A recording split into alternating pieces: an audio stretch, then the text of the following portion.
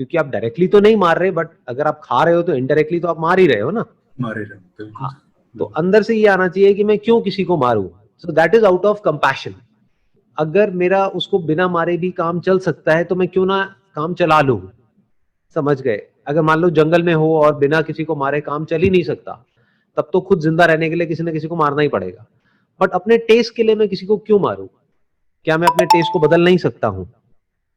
अगर मैं अपने आप को उसकी जगह पे रख दूं और कोई और मुझे अपने टेस्ट के लिए मारे, तो कैसा लगेगा? बुरा लगेगा ना। ऐसा नहीं होना चाहिए ना। आप कहोगे ना गलत हो रहा है, तो जो आपको अपने ऊपर गलत लग रहा है वही उसके लिए भी गलत है। तो इस एंगल से अगर आप सोचते हो और फिर अगर नहीं खाते हो, फिर अंदर से आता है कि यार नहीं, मेरे से किसी की हत्या नहीं होगी, मैं किसी को नहीं मार सकता, मैं किसी को दर्द नहीं दे सकता, तब तो ठीक है। बट अगर अपने बारे में सोच करके नहीं खा रहे हो, तो ये स्पिरिचुअलिटी में ऊपर नहीं उठ रहे हो और नीचे गिर रहे हो। Spirituality means to be free from all kind of fear. अंदर डर नहीं होना चाहिए, मतलब उसको मारने का डर नहीं होना चाहिए कि अगर मैंने उसको मार दिया तो ये हो जाएगा वो हो जाएगा, बट आउट ऑफ कंपैशन कि उसने कुछ गलत तो किया नहीं है मेरे साथ में। या तो कोई हो जो एक्चुअल में आपको मारने के लिए आ रहा है और आप अपने सेल्फ डिफेंस में उसको मार रहे हो, देन इट इज ओके, तब तो करना ही पड़ेगा, है ना। बट अब मुझे कोई जरूरत तो है नहीं उसको मारने की, तो मैं क्यों मारूं? So out of compassion you are saying कि नहीं यार मैं नहीं मारूंगा। तो इस तरह से अगर आप सोचते हो तो धीरे धीरे क्या होगा, वो डिजायर परमानेंटली निकल जाएगा। लेकिन अगर डर करके आप पीछे हटोगे, तो जब किसी दिन टेस्ट हावी हो गया तो वो डर पीछे हो जाएगा। आप कहोगे अरे क्या फर्क पड़ता है, खा लेना यार। आप समझ गए? तो परमानेंट नहीं छूटा है। जी सर। परमानेंट अगर हमको छोड़ना है, that is only out of compassion.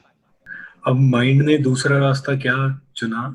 Nonveg चलो छोड़ दिया, अब एग्स जो हैं, हाँ हाँ, ठीक है, वहां पे चला गया, नहीं यार ये नहीं तो ये सही, राइट। ठीक है। हाँ क्योंकि पहले मतलब सर जिमिंग बहुत करी है मैंने ना पहले, हाँ आज से 10 साल अभी भी करता हूँ, चलो जो भी है।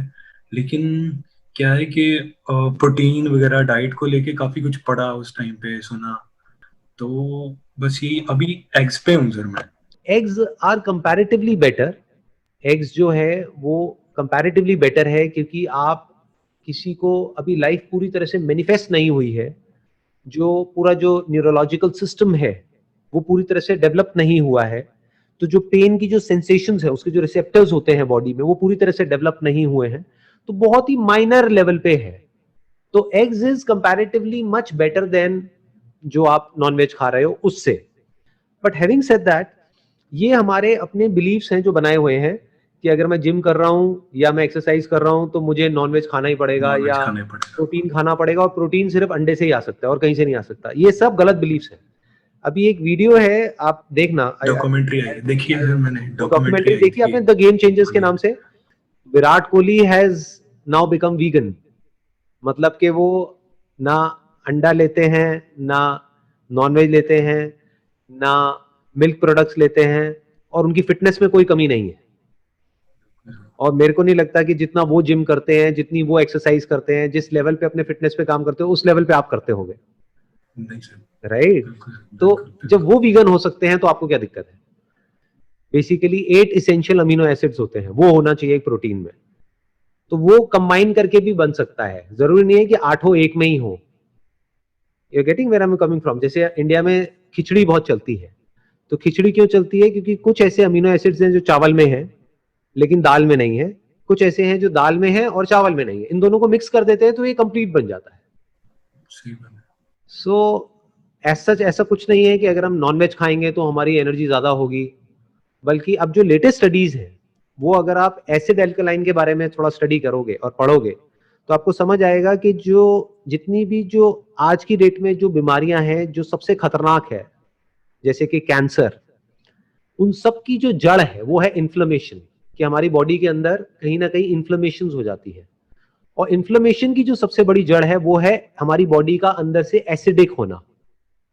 बेसिकली एक बैलेंस होता है एसिडिक एल्कलाइन। तो जितनी आपकी बॉडी एल्कलाइन की तरफ होगी, उतना ही आपको बीमारियां कम होंगी, उतना ही आप अंदर से अच्छा फील करोगे। और जितना एसिडिक की तरफ होगी, उतना ही आप अंदर से बीमार फील करोगे और आपको बीमारियां, खतरनाक बीमारियां होने के चांसेस बहुत ज्यादा है। तो from that point of view also it makes sense कि आप वेजिटेरियन चीजें लो, जैसे जो ग्रीन वेजिटेबल्स होती हैं और होती हैं वो एल्कलाइन की तरफ होती हैं। जो नॉन वेजिटेरियन होता है जैसे बीफ हो गया, ये हो गया, वो हो गया, चिकन हो गया, मटन हो गया, ये सब एसिडिक की तरफ होता है, ये हमारी बॉडी को अंदर से एसिडिक बनाता है। So this is not good for the body from a long term perspective. तो इस तरह से जब आप देखोगे साइंटिफिकली थोड़ा सा स्टडी करोगे तो समझ आएगा कि सिर्फ स्पिरिचुअली ही नहीं, लॉजिकली भी, साइंटिफिकली भी और रीजनेबली अगर हम थोड़ा सा सोच करके चलते हैं तब भी it make sense to go vegetarian. Vegetarian होना बेटर है नॉन वेजिटेरियन होने से।